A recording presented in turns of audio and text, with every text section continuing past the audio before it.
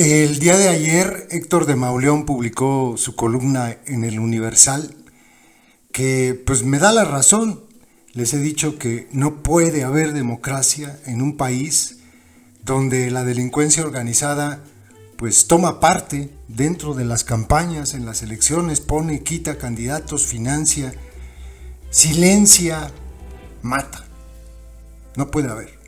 Lo que concluyo yo es muy distinto a lo que concluye Héctor de Mauleón al final, donde dice que por todo lo que narra hay que salir a votar. Yo la verdad es que ahí sí ya no le entiendo, porque él mismo está describiendo la situación, donde de hecho en el título de su columna pone que el narco ya votó. Y entonces pues ya todo lo que sigue después de eso pues es una farsa, son elecciones manipuladas, adiós democracia, eso no existe.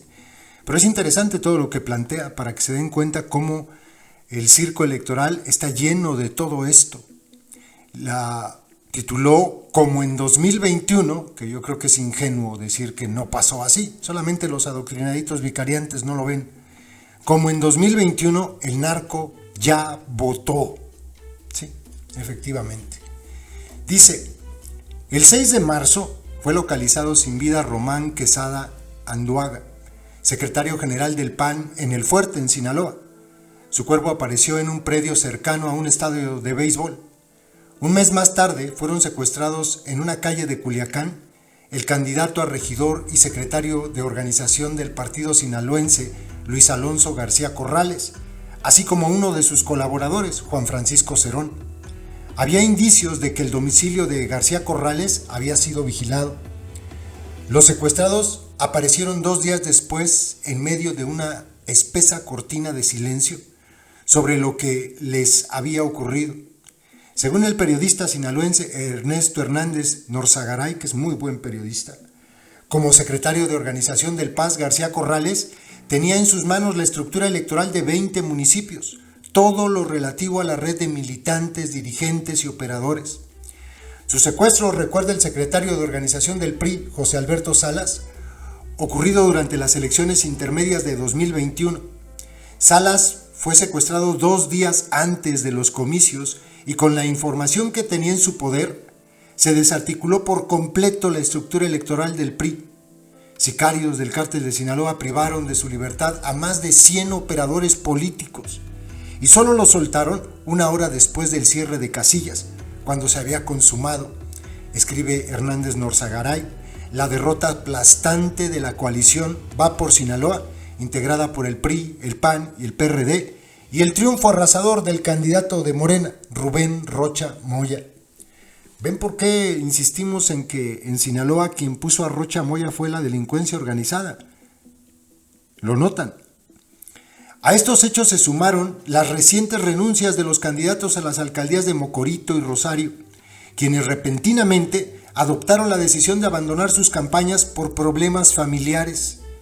Aspiraba a ser alcalde, pero lo atajaron, cabeció el semanario Río 12 en referencia al aspirante de la alcaldía de Rosario, Marco Antonio Pineda Domínguez.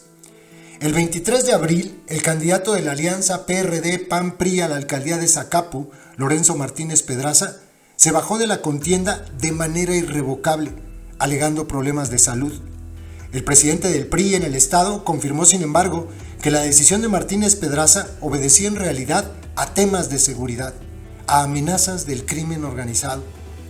En 2021, para quienes no se hayan enterado, en la Tierra Caliente de Michoacán, una de las más grandes operaciones electorales del crimen organizado se estaba realizando, la cual se documentó y limpió el camino a la gubernatura del morenista Alfredo Ramírez Bedoya. Algunos no se dieron cuenta de eso y por eso insistimos que Ramírez Bedoya lo puso la delincuencia organizada en el gobierno de Michoacán. Hoy, dice Héctor de Mauleón, en Michoacán, 33 candidatos a alcaldes han abandonado sus aspiraciones, 20 son del PRI, el PAN y el PRD. 66 más han pedido protección a las autoridades ante amenazas a su integridad y 7 más, alcaldes, líderes de partidos y de organizaciones, así como candidatos a distintos cargos, han sido asesinados. 4 días después del asesinato de Noé Ramos, candidato a la alcaldía de El Mante, en Tamaulipas, fue ametrallada la casa del candidato a la presidencia municipal de Amanalco de Becerra, Estado de México, Arturo Lara. Los agresores lograron herirlo y le dejaron un mensaje: que abandone la candidatura.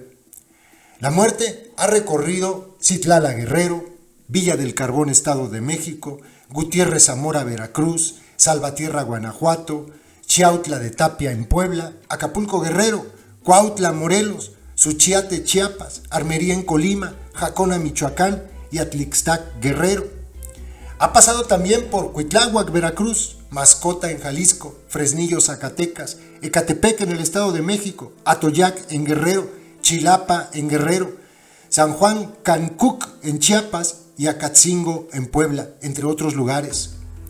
Entre los casos más recientes se encuentra el del candidato de San José Independencia en Oaxaca, Alberto Antonio García, secuestrado al lado de su esposa, la actual alcaldesa, y abandonado sin vida en Isla Xoyaltepec.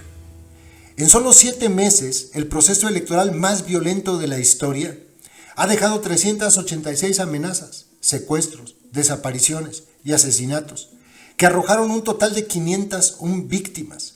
Más de 30 aspirantes han sido asesinados.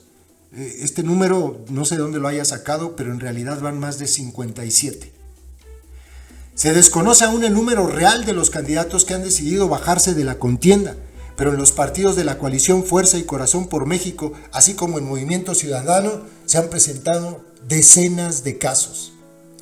Información dada a conocer ayer, o sea, anteayer, por el Universal, revela que 15 estados del país están en riesgo alto o muy alto de que el crimen organizado intervenga en las elecciones. 15 estados, Nuestra democracia se ha convertido en un mecanismo para que los grupos criminales asuman el control de los territorios y a partir de ahí comiencen con la regulación de la vida política, económica y social del país, declaró al diario el consultor senior de Integralia, Armando Vargas Hernández. De acuerdo con los datos presentados por Integralia, estamos ante un fenómeno criminal que tiene como fin la movilización o la desmovilización del voto, el financiamiento a las campañas, la imposición de candidaturas y el día de la elección la intervención directa en las casillas, como ocurrió en 2021. Al igual que en este año trágico, uno de los más violentos de la historia política de México, todo indica que el crimen organizado ya votó en Chiapas. A la candidata oficialista Lady Rebsamen la interceptaron encapuchados en una carretera para pedirle que, cuando llegue a la presidencia, no se olvide de la sierra. En el mismo estado, los transportistas fueron amenazados por grupos criminales para que no movilizaran gente al mitin de Xóchitl Gálvez. Mediante el ejercicio de la violencia y de la creación de una sensación de ingobernabilidad que tiene como fin la inhibición del voto, la delincuencia organizada sigue avanzando en el control territorial y político de México. Vivimos ya las elecciones más violentas de la historia y se avecinan las semanas peores. Dice Héctor de Mauleón, y no coincido con su última frase. Solo el voto puede detener el horror que claramente está anunciado. O sea, ir a votar en un país donde el narco ya decidió quiénes van a ser los candidatos, incluso hasta los ganadores de la contienda. Pues es absurdo. Pero lo que narra es la realidad, o sea, esta es una radiografía de eso que llaman el papelito en la urna, el circo de la democracia, y que en realidad pues es una farsa, una farsa.